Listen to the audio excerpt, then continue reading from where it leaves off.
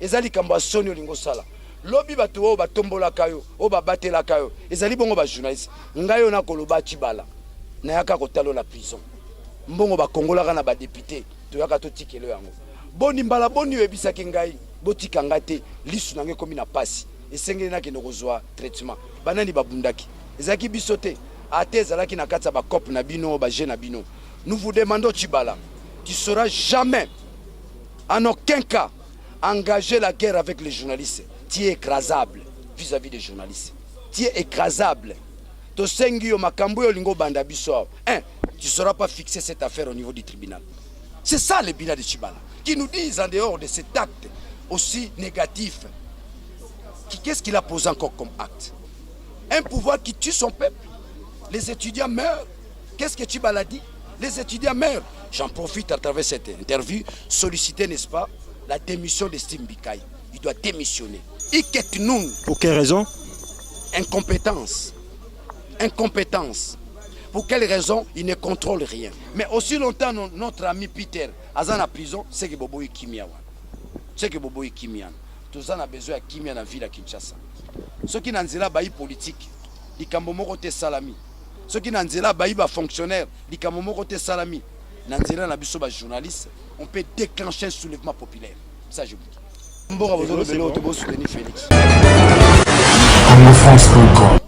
Vous allez l'interviewer sur les autres aspects. Non, les Kamba Peter Tchani, Sengeli Batouba Simba. Non. Mon Kolomoro te va repérer sa liberté de la presse. C'est un combat de journalistes. Il faut tout arracher. Sous autres, si c'est encore chez nous ici, on peut arrêter un journaliste entre guillemets diffamation. Donc, combat Oyo. Tubandiango bandakala mukolo moko te kabila kolamuka kana tonga lobi na pesi ba jeunesse liberté de la presse. Non, ezabi tumbu to sengeli to bunda yango biso na baeba ko tanga na baeba ko ya lobi kino suka la liberté s'arrache et sengeli to arracher liberté wana vis-à-vis à baburo na biso. Ils n'ont pas un mandat officiel, bazo diriger biso par gangsterisme. Ils n'ont aucune valeur na niveau de la démocratie. Ils n'ont aucune valeur en tant qu'institution. Yango to sengi na Tshibala. Yo bundaka pour l'état de droit. To sengi na Tshibala. Yo le kisaka bo moina bo kibolenge na ona IDPS. To boyete kokanga Peter Tchani za la bilan na yo. Parce que jusque là tu n'as aucun bilan. Tshibala, tu n'as aucun bilan. Ezali kamba soni olingo sala. Lobi bato o batombola kayo, o babatela kayo. Ezali bongo ba journaliste. Ngayo na koloba Tshibala. Na yaka kotalo la prison. Mbongo ba kongola na ba député to yaka to tikelo yango boni mbala boni yebisaki ngai botika ngate lisu nange komi na pasi esengeli na kino kozwa traitement banani babundaki ezaki bisote atezalaki na kati ba cop na bino ba jeune na bino. Nous vous demandons Tshibala, tu seras jamais en aucun cas engager la guerre avec les journalistes. Tu es écrasable vis-à-vis des journalistes. Tu es écrasable. To sengi yo makambo yo lingo banda biso. Tu ne sauras pas fixer cette affaire au niveau du tribunal. Tu ne sauras pas fixer. Parce que fixer en gros, vérité kobima. C'est déjà une infraction. C'est déjà une infraction où tu fais de ta maison la banque. 2, la supercherie. Ni no lingo la ksanabara na biso. Tibonganga. Il y a une solution bakam. Qu'est-ce que tu veux apprendre à nos enfants? Olingo apprendre na bana biso bonganga nkisi. Ceux qui va coûter na makama na bomo ina bango, baluka banganga nkisi. Non. 3, Peter n'a fait que révéler l'information. Qui nous kangabato diffuser l'information en premier lieu. Il n'a fait que révéler l'information et puis a signifié source d'information. Oh, le temps où on moni bilenge ba ko telemela oboy. Yo moko za ko mituna te. Oza ko mituna te. Tongi to kende na wapi. Tongi to memo wapi. Tongi to bako na kuluste. Tant on moni ba jeunesse ba mi ko telema ba marcher. Monsieur, c'est le 4e pouvoir, la première puissance. Pour ça na bisote. Tu es bien tes journalistes na Congo, azana tinate, pour aza moto pamba, aza pauvre. Les journalistes au Congo, c'est un pauvre, c'est un petit monsieur.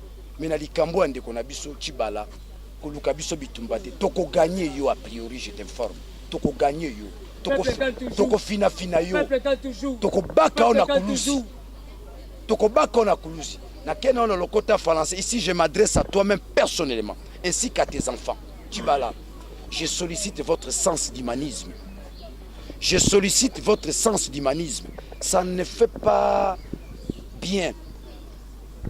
Si chez nous, si le plan interne, ça vous fait du bien, tu as prouvé aux journalistes que c'est une bonne chose. Mais à travers le monde, ça ne fait pas du bien. Je sollicite le monde, j'implique la solidarité planétaire. Botika bisote. Moto akangi moninga na biso aza makasi, akomi na mbongo, akomi na nkita, aza sur le lenge mokote na biso. Libérez ndeko na biso. Nous sollicitons les gens de bonne foi. Nous sollicitons la jeunesse. Nous sollicitons tous les Congolais. Ndeko na biso lelo pasi ye koelie pona kaka sali musala na ye. On le savait. Ça s'est raconté dans les rues de Kinshasa. Devoir de mémoire. Et pesi bato pasi. Na sensiété. Moi, rubrique on a vu ça qui devoir de mémoire et démontrer ce qu'on appelle l'absence de la personnalité politique dans le chef Yabato Bazo Kambabiso Lelo. Lobi ba sanzola ki Kabila. Lelo ba komi ko sanzola Kabila, mais lobi ba tuka ki. Cette absence de la personnalité politique faisait mal dans les chefs, n'est-ce pas, entre guillemets dirigeants. Pour un moment, on va dirigeanter, bazana mandaté. Baza ba gangster, ba Yang 6, ba ya Pomba, o meki ba kangiyo, o meki ba gazéyo. Mais Tshibala, tu es fragile vis-à-vis de nos journalistes. Ça j'insiste, tu es fragile, très fragile. Tongito kundola makambo na osiko. Tongito kundola yo zala kindenge mona bisote. Lelo kati singambo, okomi Goliath, okomi Yang 6 te. Nous sollicitons la libération de notre confrère. Nous allons passer à des actions grandiloquentes. Ça, ce n'est qu'un début du commencement. Les actions grandiloquentes, pendant cette période, ne touchent pas aux journalistes. On peut tout bousiller. Nous avons besoin d'un processus teinté de la paix. Mais aussi longtemps, notre ami Peter, Azan en prison, c'est que Bobo est Kimia. Tous en a besoin de Kimia dans la ville de Kinshasa. Ceux qui n'ont pas de politique, ils ont des salami. Ceux qui n'ont pas de fonctionnaires, ils ont des salami. Journaliste, on peut déclencher un soulèvement populaire. Ça, je vous dis. Monsieur Daniel, s'il vous plaît, d'après plein de choses à qui déposées dans le parquet, ils ont révélé comment il y a un roté. Ils ont accusé, donc on peut le dire clairement, à propos de Binozo accusé qu'ils ont Tshibala. Je ne pensais pas à ce qu'on éclaircit parce que plein de choses sont révélées. Comme tu mais le logo le barra Tshibala. Lorsqu'une plainte est masquée, lorsqu'une plainte, n'est-ce pas, est lié aux invisibles, on sous-entend que vous êtes dans une société teintée de la dictature. Ce ne sont que des pratiques qu'on peut retrouver dans un état dictatorial.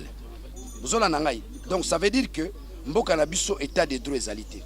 Ça veut dire que Mboka Nabiso démocratie égalité. Ce sont des pratiques relatives, n'est-ce pas, à la dictature. Ce sont des pratiques relatives au gangstérisme politique. Okay. Vous me saisissez? Donc nous n'avons plus à chercher qui a déposé la plainte, mais le soubassement et le fondement de l'affaire est lié, n'est-ce pas, à Tshibala. Dans ce sens-là. Okay. C'est pourquoi nous demandons à Tshibala. Nous sollicitons son sens d'humanisme. Il n'y a pas à résister là-dessus. Il est attaquable. Il ne résiste pas aux assauts du doute. Donc au quoi il s'aille. Nous allons, n'est-ce pas, vérifier son bilan. Je vous donne un cas. Nous sommes en 1964. Moïse Tshombe stabilise, n'est-ce pas, la situation sociale pour une année. Moïse Tshombe. Okay. Nous sommes en 1964. C'est l'unique période où les Congolais se sont retrouvés. Et d'ailleurs, il s'agit de ce titre que Mobutu va opérer, n'est-ce pas, son coup d'État en 65. Parce que Tshombe avait convaincu toute la nation, toutes les provinces, Moulouba, Moukongo, Mouyaka, tous, ils ne criaient que sur le nom de Tshombe. Le peuple s'est retrouvé en Tshombe, sur le plan social.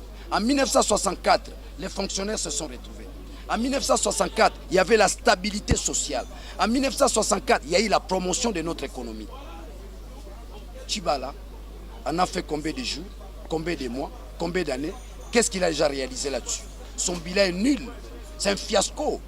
C'est un premier ministre dans les stratosphères. Il ne contrôle rien. C'est Kingakati qui contrôle. Nous le savons. Lui ne contrôle rien. En quoi il peut se taper la poitrine? Donc on peut déduire le bilan de Tshibala, c'est l'arrestation de notre confrère. Voilà ce qu'on constate dans l'actif, n'est-ce pas, de son bilan. L'arrestation de Peter Tchani. C'est ça le bilan de Tchibala. Qui nous disent en dehors de cet acte aussi négatif, qu'est-ce qu'il a posé encore comme acte? Un pouvoir qui tue son peuple. Les étudiants meurent. Qu'est-ce que Tchibala dit? Les étudiants meurent. J'en profite à travers cette interview, solliciter, n'est-ce pas, la démission de Steve Bikaï. Il doit démissionner. Pour quelle raison? Incompétence. Incompétence. Pour quelle raison il ne contrôle rien? Pour quelle raison il y a eu mort d'homme dans les sites universitaires? C'est un crime humanitaire. C'est une première là-bas? Il y en a, on a toujours connu ce genre de choses. C'est ça, okay. La défaillance de ses pouvoirs. C'est ça la défaillance du pouvoir de Kabila.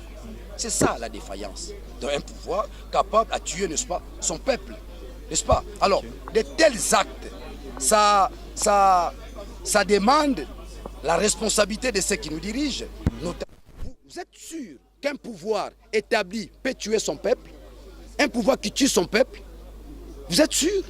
Et quel genre de peuple? Les étudiants? Non! Non! Non, c'est nulle part ailleurs. En deuxième licence. Mais qui vont diriger le Congo demain? Quand vous commencez à tuer nos enfants, vous savez les non-dits c'est quoi? Les non-dits de tout cela c'est quoi? On veut faire peur à la jeunesse. On veut faire peur à la jeunesse. Et j'en appelle aux jeunes, sortez de la peur. N'ayez peur à personne, ni à Kabila, ni à Chadari, ni à la police, ni à l'armée, ni à tous ceux qui peuvent, n'est-ce pas, porter atteinte à notre soif, la soif du changement, la soif de la démocratie. Le 23 décembre, c'est la victoire de tout un peuple. Le 23 décembre, c'est la chute du régime de Kabila. Le 23 décembre, la terre va tourner. Le 23 décembre, le peuple devant en vacances, éternel et immuable. C'est bon, c'est bon, c'est bon.